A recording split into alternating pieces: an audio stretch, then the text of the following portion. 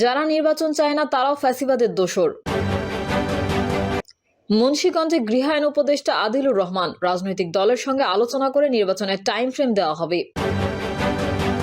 জানাবো বিডিআর হত্যাকাণ্ড, ভারতে গিয়ে শেখ হাসিনাকে জিজ্ঞাসাবাদ করতে চায় স্বাধীন তদন্ত কমিশন।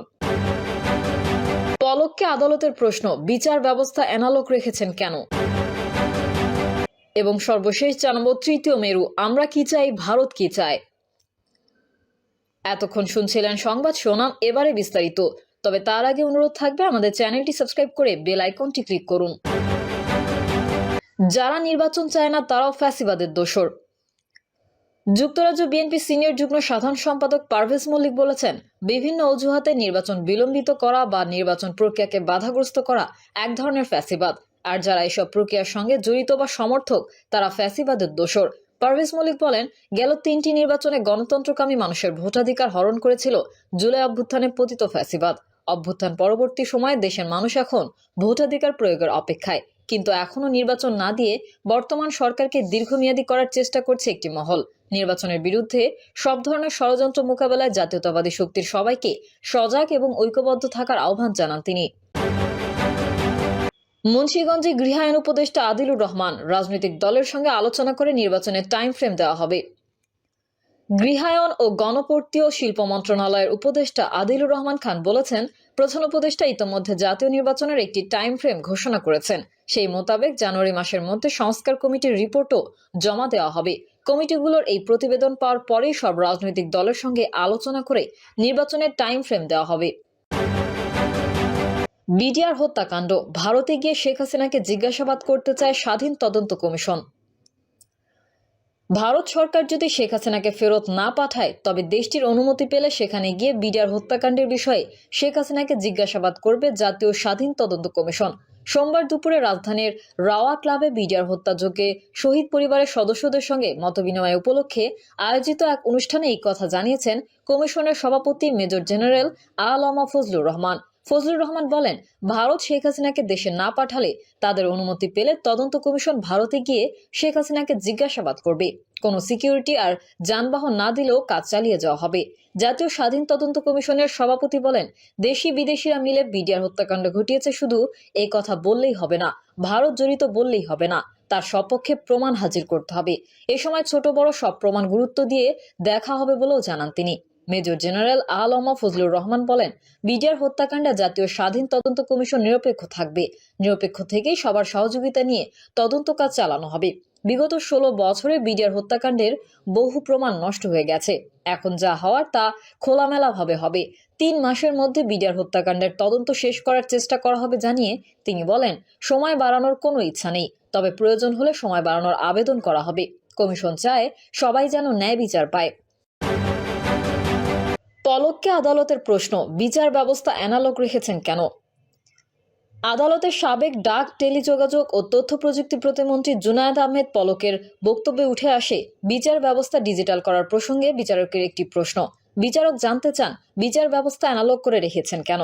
না হলে আদালতে আসতে হতো না, কারাগারে বসেই হাজিরা দিতে পারতেন। উত্তরে পলক জানান, করোনার সময় আমরা এই ব্যবস্থা চালু করেছিলাম, তবে অনেক সীমাবদ্ধতার কারণে বেশি দূর এগোনো সম্ভব হয়নি। আদালতে দুদকের আবেদনের ভিত্তিতে তদন্ত কর্মকর্তা এবং সংস্থাটির সহকারী পরিচালক আলামিন জানান, জুনায়েদ আহমেদ পলক যাত্রাবাড়ী থানার একটি মামলায় বর্তমানে কারাগারে রয়েছেন। তিনি সমন্বিত জেলা কার্যালয় ঢাকা 1-এর মামলায় এজাহারভুক্ত আসামি, এজন্য তাকে এই মামলায় গ্রেফতার দেখানো হয়েছে। অন্যদিকে মামলার এজাহারে সাফি মোদাচ্ছির খান জ্যোতির নাম থাকায় তাকেও গ্রেফতার দেখানোর আদেশ দেওয়া হয়। প্রসঙ্গত, মামলাটি দুর্নীতি দমন কমিশনের একটি বিশেষ মামলা হিসেবে নিবন্ধিত। অভিযুক্তদের বিরুদ্ধে আইনানুগত ব্যবস্থা নেওয়ার প্রক্রিয়া চলছে। তৃতীয় মেরু, আমরা কি চাই, ভারত কি চায়। বেশ কয়েক বছর আগে ভারতীয় একজন বিশ্লেষকের সঙ্গে কথা হচ্ছিল। তাকে বলেছিলাম, ভারতকে বুঝতে হবে বাংলাদেশ ইজ বাংলাদেশ, নাইদার নেপাল নর পাকিস্তান। বাংলাদেশ মানে বাংলাদেশ, এটা নেপালও নয়, পাকিস্তানও নয়। পাকিস্তানের মতোই মুসলিম সংখ্যাগরিষ্ঠ এবং দেশভাগের ফসল হওয়া সত্ত্বেও পাকিস্তানের সঙ্গে বাংলাদেশকে মেলানো যাবে না। নেপালের মতোই ভৌগোলিকভাবে 3 পাশে ঘিরে থাকা এবং ভাষা ও সাংস্কৃতিক নৈকট্য সত্ত্বেও নেপালের সঙ্গে বাংলাদেশকে মেলানো যাবে না। জুলাই আগস্ট গণঅভ্যুত্থানে আওয়ামী লীগের ক্ষমতাচ্যুতির পর অবস্থা দৃষ্টে মনে হচ্ছিল নেপাল বা পাকিস্তান নয়, বরং নেপাল ও পাকিস্তান উভয়ের মতো করেই বাংলাদেশকে দেখছে এবং দেখতে চাইছে ভারত।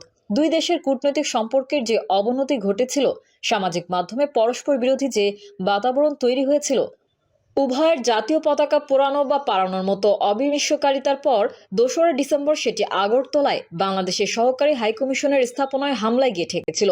উত্তেজনাকর পরিস্থিতির মধ্যেই ভারতের পররাষ্ট্র সচিব বিক্রম মিশ্রি ঢাকা সফরে এসে বলেন, বাংলাদেশের অন্তর্বর্তী সরকারের সঙ্গে ঘনিষ্ঠভাবে কাজ করতে চায় ভারত, ইতিবাচক গঠনমূলক এবং পারস্পরিক বন্ধুত্বপূর্ণ সম্পর্ক গড়ে তুলতে আগ্রহী।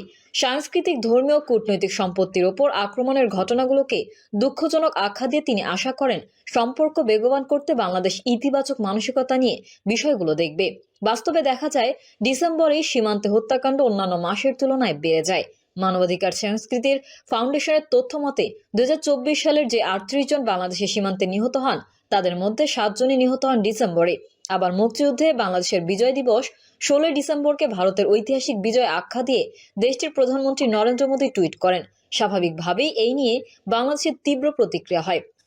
অবস্থা দৃষ্টে মনে হচ্ছিল, ভারতের দিক থেকে পাকিস্তানকে যেমন শত্রু রাষ্ট্র বিবেচনা করা হয়ে থাকে, সেভাবেই ভারতীয় সরকার, সংবাদ মাধ্যম, নেটিজেনরা মাত্র কয়েক মাস আগেও বন্ধুরাষ্ট্র বিবেচিত বাংলাদেশকেও একই তকমা দিতে চাইছে। প্রশ্ন হচ্ছে, বাংলাদেশ বিষয়ে ভারতের এমন যুদ্ধাদেহী অবস্থান কেন? বাংলাদেশের অভ্যন্তরীণ পরিবর্তন নিয়ে ভারতের এমন অভূতপূর্ব প্রতিক্রিয়ার কারণ কি? স্বীকার্য, আওয়ামী লীগের শাসনামলকে খোদ নরেন্দ্র মোদী দ্বিপক্ষীয় সম্পর্কের সুবর্ণ অধ্যায় আখ্যা দিয়েছিলেন। 5ই আগস্টের পট পরিবর্তনের পর সেটি কার্যত কৃষ্ণ অধ্যায় হয়ে উঠেছিল। বাংলাদেশে অতীতেও স্বাভাবিক বা অস্বাভাবিক পন্থায় সরকার পরিবর্তন হয়েছে। ভারত নিয়ে এখনকার চেয়েও বেশি কড়া কথাবার্তা জনপরিসরে এসেছে। তখন তো নয়াদিল্লিকে এখনকার মতো ভূমিকায় দেখা যায়নি। এটি ঠিক, গত 1.5 দশকে নানা উন্নয়ন প্রকল্প ও বিনিয়োগের মধ্যে দিয়ে বাংলাদেশ ভারতের অভূতপূর্ব বৈষয়িক স্বার্থ গড়ে উঠেছে। অন্তর্বর্তী সরকার ক্ষমতায় আসায় বাংলাদেশে ভারতের বিনিয়োগ বা বাণিজ্য ক্ষতিগ্রস্ত হতে পারে এমন কোনো লক্ষণ এখন পর্যন্ত দেখা যায়নি। শুধু ভিসা বন্ধ হওয়া ছাড়া বাণিজ্য আগের মতোই চলছে। এমনকি যে আদানির বিদ্যুৎ নিয়ে এত কথা, সেটিও সহসা বন্ধ হওয়ার লক্ষণ নেই। এটিও ঠিক, বাংলাদেশের সংখ্যালঘু নির্যাতনের ইস্যুটিতে ভারত আগের চেয়ে অনেক বেশি সিরিয়াস। অতীতে কংগ্রেস সরকার যদিও এই ধরনের ইস্যুতে যথাসম্ভব শান্ত থাকতে ও রাখতে চেয়েছে, বিজেপি সরকারের অবস্থান সেটি নয়। দুই দেশের মধ্যে উত্তেজনা জিইয়ে রেখে বা বাড়িয়ে কি সংখ্যালঘু সম্প্রদায়ের নিরাপত্তা বাড়ানো সম্ভব? বরং আলোচনা ও পারস্পরিক অবস্থাই সবচেয়ে জরুরি। সেটি উভয় দেশের সংখ্যালঘু সম্প্রদায়ের ক্ষেত্রে সত্য। অনেকেই মনে করেন, 5ই আগস্টের পট পরিবর্তনের পর চীন ফ্যাক্টর গুরুত্বপূর্ণ হয়ে উঠেছে। এটি তো নতুন নয়। 70